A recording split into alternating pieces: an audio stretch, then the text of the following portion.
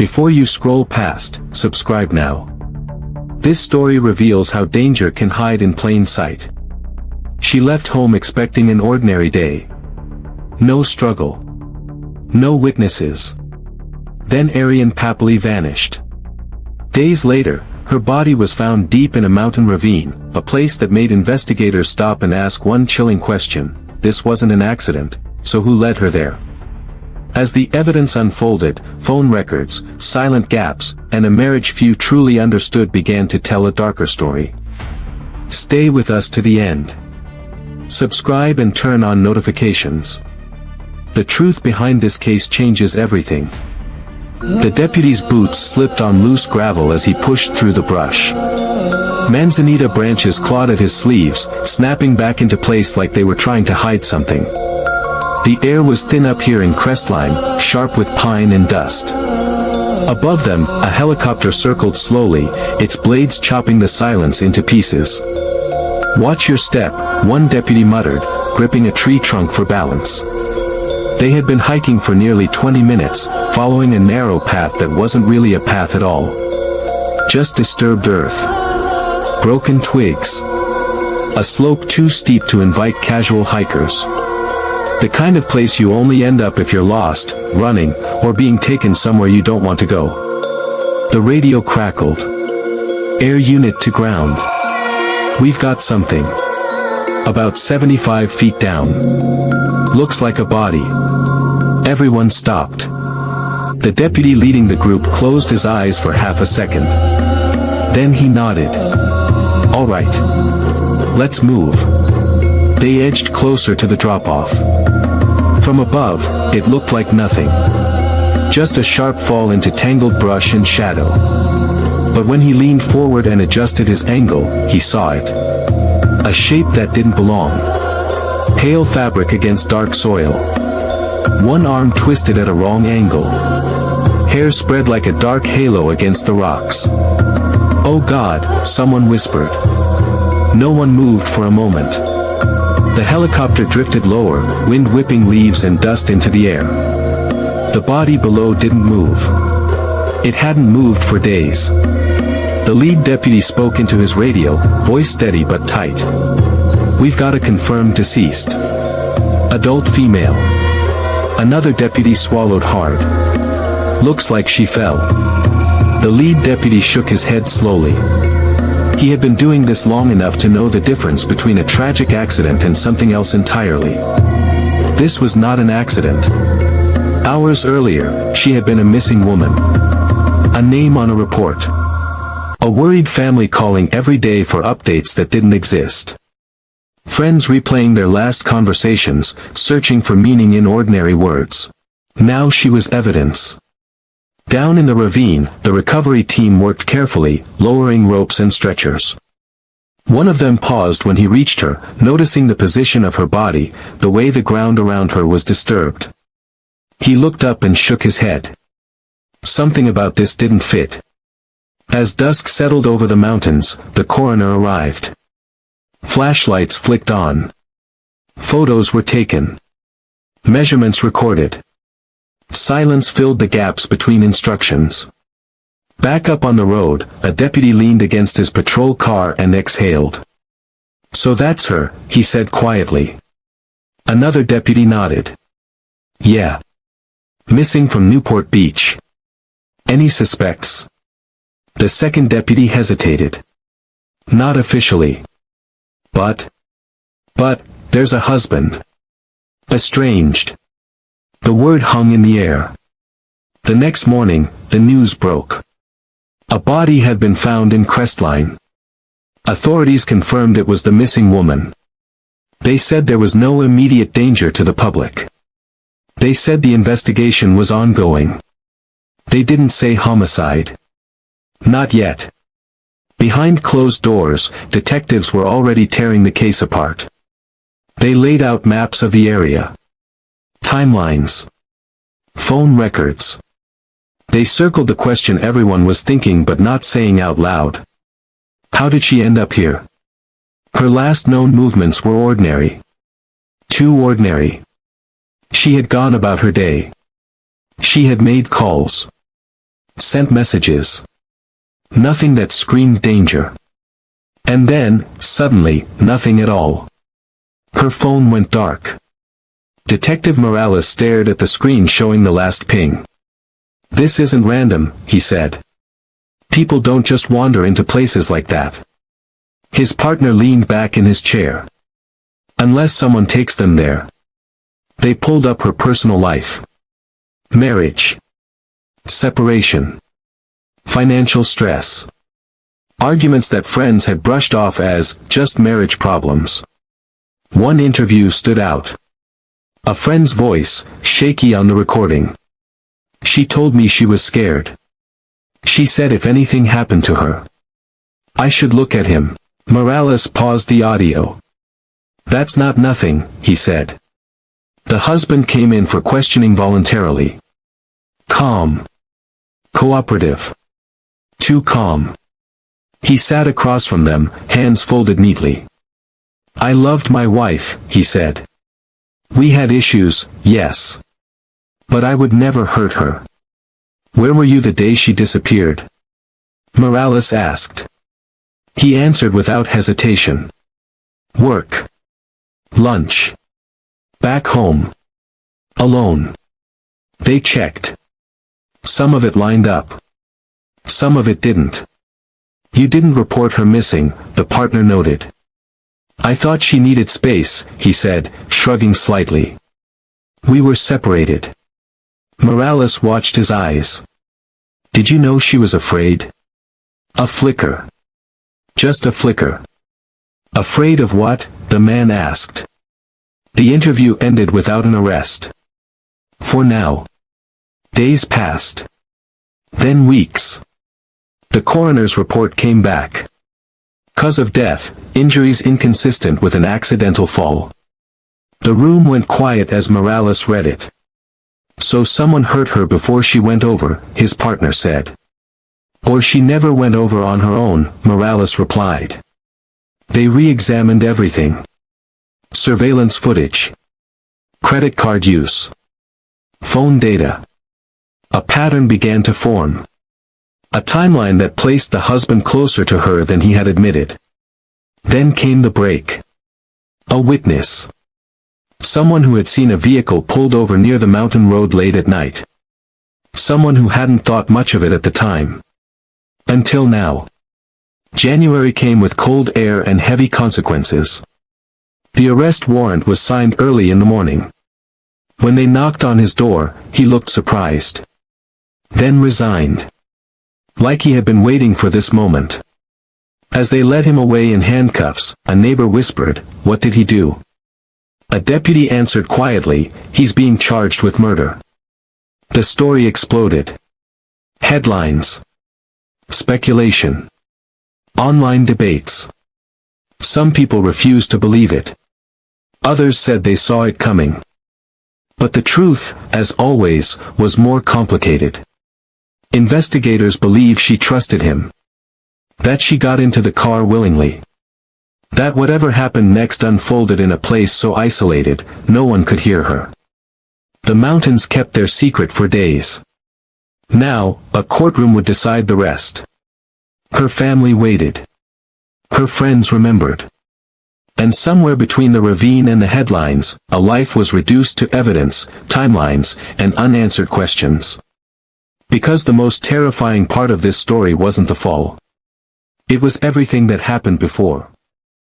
Aryan Papoli had always seemed like the picture of calm from the outside. Newport Beach mornings were her sanctuary, coffee in hand, sunlight spilling across her kitchen, the hum of distant traffic barely noticeable from her second-floor balcony. She kept to herself, polite but distant, the kind of woman who never invited trouble yet somehow carried its shadow anyway. Friends said she had a quiet strength, the kind that held everything together even when the pieces inside her world were cracking. The separation had been hard. Months of tense arguments, cold silences, and late-night phone calls where voices cracked and promises hung in the air like fragile glass. People close to her said she tried to stay civil with her estranged husband, but the fear was always there. She spoke in whispers to friends about the way he watched her, how certain tones in his voice made her stomach twist. She was scared, one friend admitted. I could hear it in her voice. She didn't want anyone to know, but I knew. She kept saying, if anything happened, it wouldn't just be an accident. Another friend remembered her last weekend before she vanished. Aryan had paced around her living room, hands twisting the chain of her necklace, muttering about errands and meetings, yet the tension clung to her like a second skin. Her eyes darted to the window constantly, half expecting someone to be watching, waiting. Detectives had been piecing together the threads. Her life seemed ordinary at first glance, but the closer they looked, the more it screamed otherwise.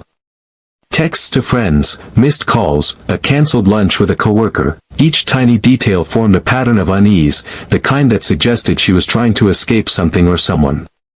Her phone activity in the days before her disappearance was sporadic, messages left unanswered. Calls cut off mid-sentence. Somewhere in those digital breadcrumbs was the truth. Someone didn't want her talking, didn't want her moving freely, and may have been willing to do anything to ensure it.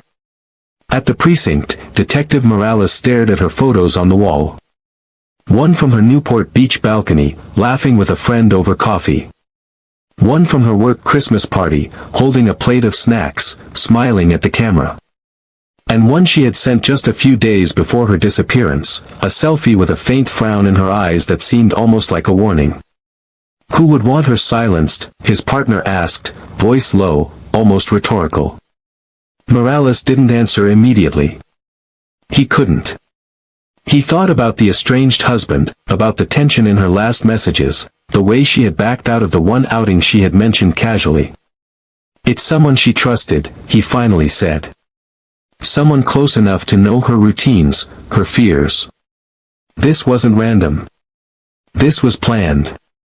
Back in Newport Beach, the neighborhood felt unchanged, but for her friends, it was different. Ordinary streets now seemed dangerous. Familiar cars looked suspicious. Everyone questioned whether they had missed something, an interaction, a glance, a call. She seemed fine one moment, another friend recalled. Then gone the next. I keep thinking, did I miss a sign? Her co-workers described her as professional, meticulous, and polite, the type who rarely argued in the office. But they remembered the last meeting she attended, where her hands trembled slightly while she explained a project. She smiled through it, but it wasn't a natural smile. Morales walked through these details again and again in his mind. Quiet strength, meticulous, careful, aware of danger. Yet somehow, she ended up far from home, alone, in a place she never should have been. The question that haunted everyone in the investigation was simple yet chilling. Who wanted Aryan Papoli silenced? It wasn't about theft or money, not in the first round of evidence. It was personal. Deeply personal. And it was escalating, each clue a shadow stretching closer to the person who had the power to destroy her life in an instant. Even among those closest to her, there was a lingering fear. Fear that whatever had pulled her into the mountains of Crestline was not just chance. That someone had been waiting for her. Watching. Knowing exactly where she would be and when. Detectives looked over the timeline again. Calls, messages, errands, the quiet moments she spent alone, none of it suggested she was planning to disappear. And yet, she vanished. A life built on careful steps and quiet routines ended abruptly, leaving a void in its wake, and questions that demanded answers. Morales' eyes returned to the image of her last selfie, the faint frown almost prophetic. She knew something, he murmured. Or she felt it coming. That's why she tried to tell someone. That's why she left clues. The room went silent. Outside, the city continued, oblivious. But for those piecing together Aryan's final days, the tension was unbearable. Every shadow, every text, every unreturned call became a piece of a puzzle they feared to finish. Somewhere in the shadows, the person responsible was already moving, already planning.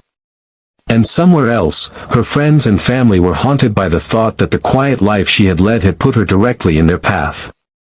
The question lingered, unanswered, echoing through empty streets and dark offices. Who wanted Aryan Papoli silenced? And what lengths would they go to make sure no one found out? Aryan woke that morning like any other, coffee steaming in her hands as the sunlight spilled across the kitchen counter. She had a list: groceries, a quick stop at the bank, a phone call to a friend she hadn't spoken to in weeks. Everything seemed ordinary, mundane, but beneath it, tension clung like static in the air. Her hands trembled slightly as she scrolled through her phone, reading messages she hadn't wanted to answer. One from her estranged husband, polite but clipped. One from a colleague, asking to meet for lunch. She set the phone down and took a deep breath, staring out the window at the street below. It was quiet. Too quiet. By mid-morning, she had crossed off a few errands. A trip to the bank, where she kept her movements careful, eyes scanning the room, scanning the parking lot. Everything appeared normal. Yet, in her gut, something nagged. A shadow, perhaps imagined, followed her between the aisles. The cashier smiled and handed her the receipt, oblivious to the anxiety clinging to her like a second skin. She nodded, forced a small smile, and left. Her phone pinged again. Another message, unreadable at first glance. She hesitated, thumb hovering. It was a friend checking in, asking if she wanted to grab lunch. She typed a quick reply, maybe later. Running errands.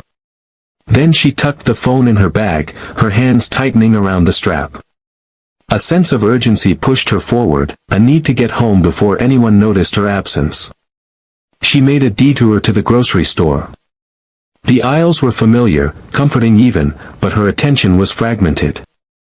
She noticed a car that lingered in the lot a little too long, its driver staring at her as she loaded bags into her trunk. A shiver ran down her spine, though when she looked again, the car was gone. Perhaps coincidence. Perhaps not. She shook the thought off, telling herself she was overthinking, even as her pulse quickened. By early afternoon, she returned home. She sorted her groceries on the counter, checking her phone intermittently. The messages stopped coming. Silence. Not unusual, she thought at first, until she realized hours had passed without a single call. The kind of silence that made the back of her neck prick. She glanced at the clock. Time moved differently when you felt eyes on you, though she was alone. Around 3 p.m., she stepped outside to retrieve her mail. The neighborhood was quiet, the faint hum of distant traffic the only sound. She walked briskly, glancing over her shoulder more than once. A shadow flickered across the driveway, a tree branch swaying in the breeze, she told herself, though her chest tightened. She turned the key in her mailbox and froze. Nothing, but the feeling remained. Eyes. Watching. Waiting. Her last known location on her phone pinged unexpectedly, a small, automated signal confirming she was in her car, heading toward Crestline. The movement was unusual, not part of her planned errands, not a place she mentioned to friends or family. Someone tracked it automatically, or perhaps she hadn't meant to go there at all. The signal faded as abruptly as it appeared. Hours later, when she didn't return, family began to worry. Calls went unanswered, text messages ignored. Friends tried contacting her through every channel. The silence was complete, deafening even. By evening, panic began to set in. Her sister called the local authorities. "She's missing," she said, voice shaking. "I don't know where she is." Police arrived at her Newport Beach home, noting that nothing appeared disturbed. No signs of struggle, no signs of forced entry. A purse left on the counter, keys in their usual spot. To the untrained eye, it could have been voluntary disappearance, or perhaps an accident, an ordinary woman disappearing from her familiar world. But detectives immediately sensed something was off. They interviewed neighbors, who reported nothing unusual, no suspicious activity, no disturbances, nothing that could explain her disappearance.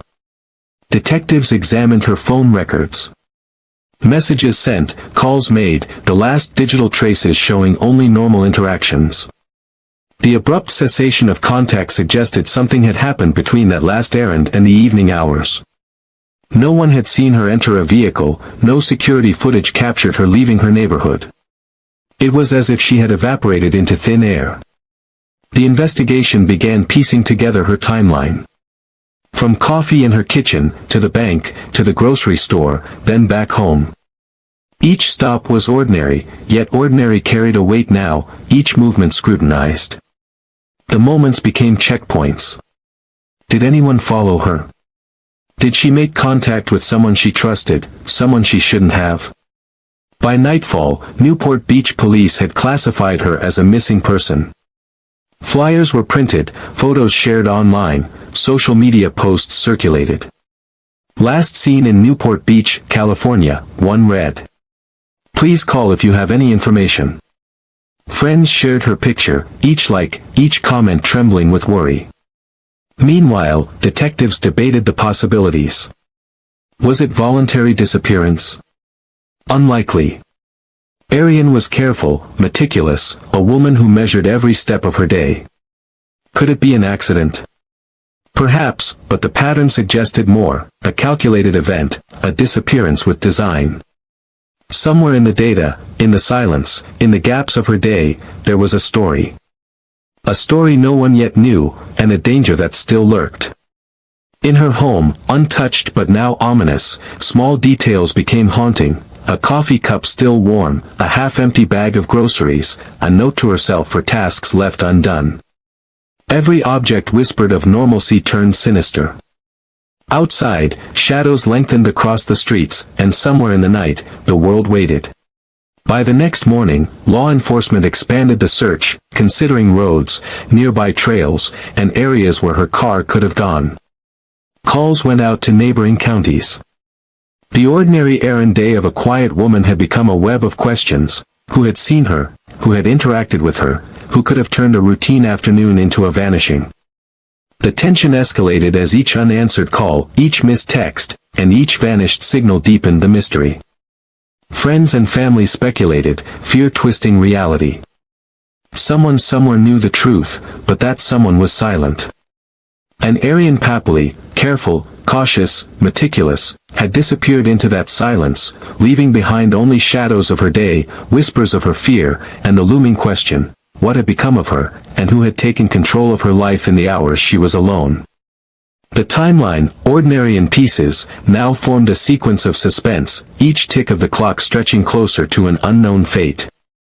Detectives followed her last movements with a grim understanding. Somewhere along that path, the life of a woman who had lived quietly, cautiously, and fearfully intersected with a threat she had sensed but couldn't outrun. And the world was about to uncover just how calculated that threat had been. The first search parties moved cautiously along the narrow dirt trails that snaked through Crestline's pine-studded hills. Volunteers and deputies walked in staggered lines, boots crunching on gravel, eyes scanning every shadow, every brush clump, every sudden movement that could indicate a clue. The air smelled sharp with pine and earth, and the occasional gust sent needles skittering across the paths like nervous whispers. Radios crackled, low and intermittent, carrying brief instructions and updates, but mostly static. Team 3, sweep the East Ridge, a deputy called out, voice tight with concentration. I've got East Ridge, another replied, scanning the ground and tugging at branches to see what might be hidden. Volunteers trailed behind, carrying water bottles, flashlights, and first aid kits. Most were local residents, worried neighbors who couldn't stand still while someone they didn't even know, yet already felt like family, had vanished. One woman, her hair tied back tightly, kept glancing at the slope, murmuring under her breath, "Please let her be safe." Her eyes darted nervously as the group climbed higher, aware that the terrain could be unforgiving to the unwary. The search went on for hours, then days. Each sunrise brought renewed hope, each sunset a sinking realization. No one found anything, not a footprint, not a clue, not a sign that Aryan had been there. Deputies and volunteers combed the steep slopes, clambered over jagged rocks, and skirted ravines so dangerous that even seasoned hikers hesitated. The physical exhaustion was compounded by the gnawing anxiety that maybe, just maybe, something worse had happened. By the third day, morale was thin. Volunteers whispered among themselves about the impossibility of finding anyone in this rugged wilderness. Deputies exchanged grim looks, scanning the horizon as if the mountains themselves were mocking their efforts. A faint tension hung in the air, the kind that made silence feel heavy, almost threatening. Then the call came. A voice on the phone, distorted and hesitant, offering information that could change everything. I think I know where she might be, the caller said, tone shaky, careful not to reveal too much.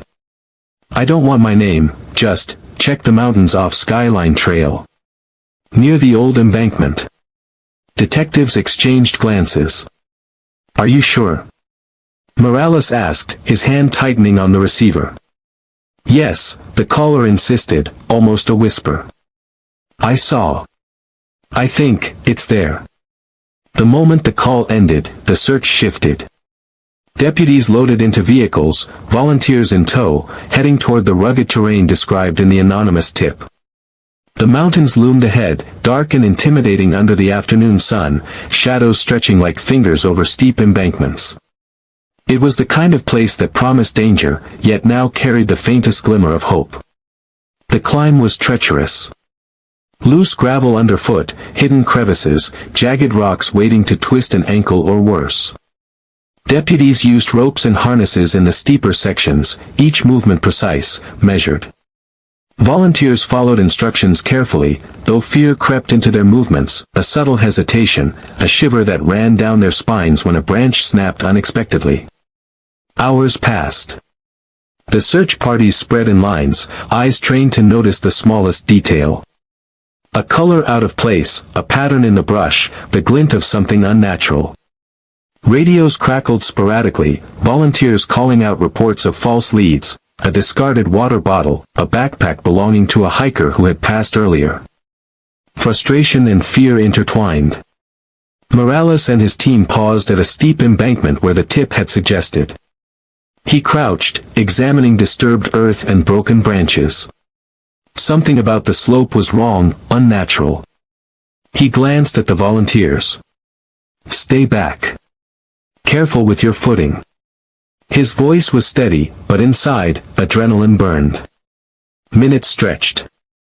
Then one of the volunteers called out, pointing toward a dark shape partially hidden in brush 75 feet down the embankment. The search team froze. Eyes followed the line of her finger. A body. Pale against the dark soil, unmoving. Morales' stomach tightened. He crouched closer to the edge, binoculars in hand, confirming what everyone already feared. The position, the stillness, this was no accident. Not a simple misstep, not a hiker lost. The scene was deliberate, carefully concealed, yet revealed at the perfect moment to shock anyone who found it. Get the ropes ready, Morales instructed, voice low but commanding. We're going down. The team moved swiftly, yet cautiously. Volunteers and deputies paired off, preparing harnesses and ropes, their breaths short with both fear and effort. The wind rustled through pine needles, sharp and insistent, carrying with it the faint, eerie smell of earth and decay. Shadows danced across the slope, twisting perception, adding to the sense of unease. As they descended, each step brought the grim reality closer. The body lay crumpled among rocks and brush, clothes disheveled but intact, hair spread like a dark halo. The face, though pale, carried the faint trace of human expression, a life ended abruptly, violently, and silently. Deputies exchanged tense glances, the gravity of what they were seeing sinking in. Morales knelt, taking careful notes, examining the surroundings. Evidence, he realized, would be subtle here, a broken branch, disturbed soil, maybe a footprint. Each detail mattered. Each misstep could compromise the investigation. Check the perimeter, Morales instructed, gesturing to a deputy. See if there's anything else. Anything at all that might tell us how she got here. The volunteers remained frozen, some whispering prayers under their breath, others staring in disbelief. The weight of the discovery pressed down on everyone, a quiet horror that didn't need to be spoken aloud. Hours later, the helicopter hovered overhead, lights sweeping across the embankment. Authorities documented every angle, every shadow. The mountains, once an indifferent backdrop, now felt like a character in the story, looming, silent, and relentless. Morales looked up at the slopes, the darkening sky above. The tip had been anonymous, uncertain, yet it had led them here. Without it, Aryan might never have been found. But the discovery didn't bring relief, it brought questions, mounting and insistent. Who had left her here?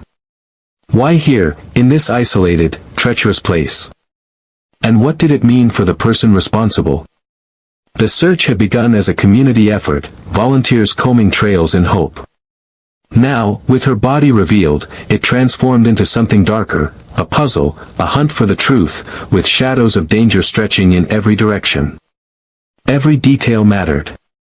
Every movement, every whispered clue could lead closer to the answer, or further into the unknown. The mountains held their secret still, but Morales and his team knew one thing: someone had planned this. Someone had chosen the exact slope, the hidden brush, the distance from any road, to ensure silence. And now, as the team documented, photographed, and secured the scene, the investigation had truly begun. The wind blew through the pines, carrying with it a quiet warning.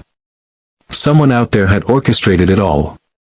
And somewhere, that person was watching, waiting, knowing the discovery was only the first step in what was about to unfold. The wind whipped through the pines as the team descended the final stretch of the embankment. Every step had to be measured, loose gravel and jagged rocks threatened to betray even the most careful movements. The brush parted just enough to reveal her, a pale form lying crumpled 75 feet down the ravine, half hidden among pine needles and broken branches. Aryan Papoli, her long dark brown hair splayed over rocks like dark water, clothes disheveled but intact. The position of her body seemed almost unnatural, one arm bent sharply under her chest, legs splayed at an angle that suggested she had landed with force, yet the fall itself didn't fully explain how she had reached that spot. Deputies froze, scanning the surrounding slope. The incline above her was not that steep in the area where she had likely started her descent. Loose rocks and underbrush could cause a stumble, but the trajectory didn't add up. How could someone have tumbled all the way to this location? Morales crouched nearby, noting the disturbed soil, the snapped twigs, the few scuff marks in the dirt. Nothing indicated a chaotic struggle, no signs of a panicked climb, yet the landing point was far too precise, almost deliberate. She didn't just fall, whispered one of the volunteers, her voice trembling. It doesn't make sense. Morales didn't respond immediately. He studied the surrounding terrain, the slope's incline, the placement of every boulder and shrub. Right, he said finally, voice low but firm. Something's off. This isn't an accident. Look at the position, the distance from the slope, she didn't slide down naturally. Other deputies nodded, scanning the nearby brush and embankment edges. The scene was quiet except for the faint rustling of pine needles and the distant hum of the helicopter overhead. Every sound seemed amplified in the eerie silence. The volunteers stood back, some murmuring prayers, others gripping each other's hands. A forensic photographer stepped forward, camera clicking in rhythmic bursts, capturing every angle, the slope, the positioning of her limbs, the subtle indentations in the dirt nearby. Document everything, Morales instructed. Even the smallest detail could be important. One deputy pointed toward a shallow trail a few meters away. Look here. These marks, they're consistent with someone dragging or placing an object. Could be the lead-in to the spot she ended up. Morales bent down, tracing the line with his gloved hand. The soil was scuffed in a way that suggested deliberate movement, not random tumbling. Broken branches aligned in a pattern that further hinted at an unnatural progression down the embankment. Every detail reinforced a conclusion that was slowly settling over the team: this was no accident. The coroner arrived before nightfall, careful and deliberate in every step. He knelt near the body, lifting a gloved hand to inspect the position of her wrist, the bend in her leg, the alignment of her torso. His expression was grim, eyes narrowed. He had seen too many tragedies to be easily shocked, but there was a rigidity in his posture now, a controlled but unmistakable tension. After several minutes, he stood, adjusting his jacket. "Homicide," he said quietly, letting the word hang in the crisp mountain air. The volunteers gasped, some stepping back, some covering their mouths. Deputies exchanged grim looks. Morales' jaw tightened, absorbing the weight of the confirmation. This was no random stumble, no unfortunate misstep. Someone had intentionally put Aryan Papoli here, in this ravine, in this isolated, treacherous location. "Do we know anything about the time?" one deputy asked. "Rough estimate," the coroner replied. "She's been here for less than 48 hours. Minimal decomposition, no significant insect activity yet. Cause of death is blunt force trauma consistent with a fall, but the fall is staged. There are inconsistencies that indicate deliberate placement rather than an accidental slip." Morales knelt again, studying the position of her body against the slope. One hand rested unnaturally beneath her torso, bent at an odd angle. The clothing was mostly clean, except for minor scuff marks, suggesting she had not tumbled chaotically. "Every detail," he muttered, more to himself than anyone else, "points to someone controlling this. She didn't fall. She was placed." Volunteers shifted uneasily behind him, whispering about what could have led to this. A young man in his 20s, one of the search party, spoke hesitantly. "But, who would do this? And why here? It's so isolated. So far from any road or trail." Morales didn't answer immediately. He looked at the trees above, the sheer slope, the uneven rocks, and the scattered pine needles. Whoever had done this had knowledge of the terrain. They had chosen a spot where discovery would be delayed, where the wilderness itself served as an accomplice. "Someone wanted to ensure she wasn't found quickly," he finally said. Someone knew what they were doing. The team worked silently for hours, photographing, documenting, and collecting evidence. Every broken branch, every scuff mark, every detail of the ravine was recorded. Shadows grew long as the sun set behind the peaks, stretching across the slope in orange and purple hues. The mountains felt alive, indifferent, yet somehow complicit in the crime. By the end of the day, Morales reviewed the findings with the deputies. "This isn't just about placement," he said. "Look at the slope angles, the marks in the soil, the lack of struggle. Everything tells a story. Someone planned this. Someone staged this. And whoever it was, they knew what they were doing." Volunteers and deputies alike left the ravine with a lingering unease. The quiet mountains that had seemed so inviting a few days earlier now carried a menacing edge. The discovery of Aryan Papoli in the ravine had shifted the investigation from a search and rescue into a homicide case. The pieces were falling into place, but the picture was still incomplete. Whoever had ended her life remained out there, silent, watching, perhaps even anticipating the next move of those trying to uncover the truth. The coroner's ruling, simple yet final, echoed in Morales' mind as he drove back down the mountain. Homicide. Not an accident, not a misstep, not a random tragedy. Every inconsistency in the scene told a story of intention, control, and malice. And somewhere, the person responsible had left the mountains behind but had not left the law, or the truth, alone. The investigation had entered its darkest phase. The wilderness had revealed its secret, but it had also raised more questions than answers. Who had done this? How had they moved her so carefully? And what did they hope to gain by placing her in that isolated, brutal ravine? Every detail mattered, every observation was a clue, and the mountains held their silence as detectives prepared to follow the faint, dangerous trail toward the person who had ended Aryan Papoli's life. The atmosphere in Newport Beach felt deceptively calm, a contrast to the storm brewing behind closed doors. Aryan Papoli's house, neat and carefully maintained, held memories of laughter and tension alike. Detectives digging into her personal life began to uncover layers hidden from the casual observer. Her estranged husband, Reza Papoli, Middle Eastern, early 60s, medium build, neatly combed salt and pepper hair, was polite in public, but friends painted a different picture behind the walls of their home. They were complicated, said a neighbor, shaking her head. He always seemed controlling, but it wasn't obvious. Aryan tried to keep everything under wraps.